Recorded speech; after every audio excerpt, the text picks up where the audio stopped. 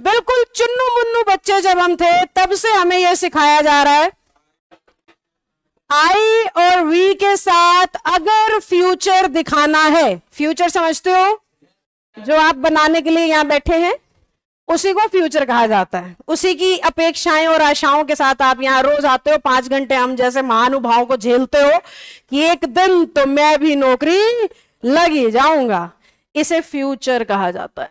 और जब हमें आई एज अ सब्जेक्ट दिया गया है, वी एज अ सब्जेक्ट दिया गया है, तो इंग्लिश कहती है शेल लगाओ और फ्यूचर दिखाओ।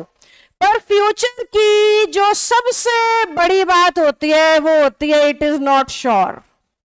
मैं तुम्हें नेगेटिव नहीं करना चाह रही, पर फ्यूचर की सच्चाई ये होती है कि पूरे तरीके से ये हमारे हाथ में नहीं होता। कुछ ज्योतिष पंडित कहते हैं कि हमारे हाथ में है, पर मुझे नहीं पता कितना सा है भाई उनके हाथ में, पर मुझे लगता नहीं है कि फ्यूचर किसी के भी हाथ में है, और अंग्रेजी वालों को भी नहीं लगता।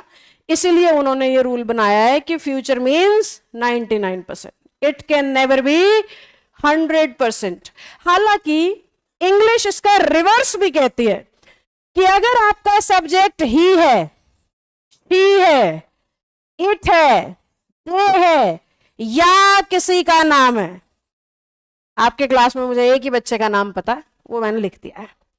अब ही हो, शी हो, इट हो, दे हो, या किसी का नाम अगर हमें दिया गया है, तो कहा जा रहा है कि अगर आप उसे फ्यूचर नहीं डिटर्मिनेशन यानी 100% कहना चाहते हो तो भी शेल लगाया जा सकता है।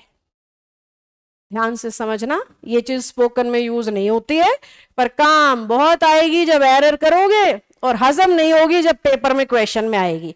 क्योंकि हमने कभी सुना ही नहीं होता ही शेल डू इट, हमें लगता पागल हो रहे हो क्या, विल लगाओ, ही के साथ कौन शेल लगाता है, कुछ भी क्वेश्चन बना के दे दिया। हम इस तरीके से कर रहे होते हैं, जबकि ही के साथ शेल का मतलब है 100% करेगा वो उस काम को, और ही के साथ विल का मतलब है शायद फ्यूचर है, ना भी हो, पक्का नहीं है। पर जब हम कहना चाह रहे हैं ना पक्का होगा ही होगा, ऐसा कोई नहीं बदल सकता, तो उस केस में क्या आता है, शेल आता है। यही इसका रिवर्स विल पे अप्लाई होता है। इंग्लिश कह रही है अगर ही के साथ, शी के साथ, इट के साथ, दे के साथ, या किसी इंसान के नाम के साथ विल लगाओगे तो उसका मतलब फ्यूचर है। यानी 99%, 100% अगर कहना है तो इंग्लिश कह रही है आई और वी के साथ क्या लगा दो, विल। इसका मतलब डिटर्मिनेशन हो जाएगा। डिटर्मिनेशन को हिंदी में बेटा दृढ़ संकल्प कहते हैं, और दृढ़ संकल्प अगर कोई कर लेता है ना तो उसको उसके सिवाय ना कुछ दिखता नहीं है। और जब हमें कोई एक चीज दिखती है उसके सिवाय कुछ और दिखता ही नहीं है तो वो हमें पक्का मिल भी जाती है।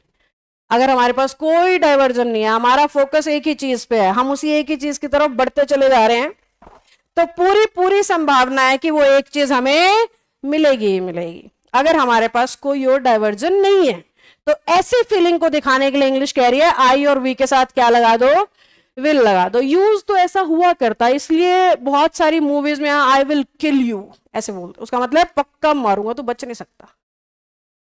आई विल किल यू कहने का मतलब है मेरा एकमात्र संकल्प ही है कि मैंने तुझे, तो वहां पे विल सही है।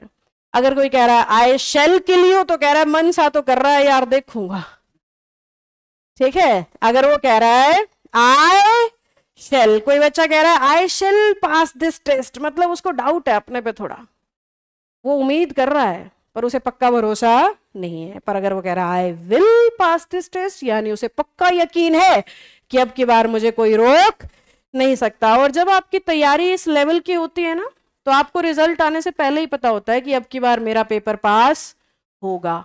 अगर आप टॉपर्स को या सक्सेसफुल लोगों को सुनते हो, बच्चों को सुनते हो, तो ज्यादातर क्या 99% लोग ऐसा बोलते हैं कि मुझे पता था अब की बार मेरा पेपर पास हो जाएगा, मुझे पता था मैं नौकरी लग जाऊंगा, पर ये यकीन नहीं था कि रैंक 1 आ जाएगी।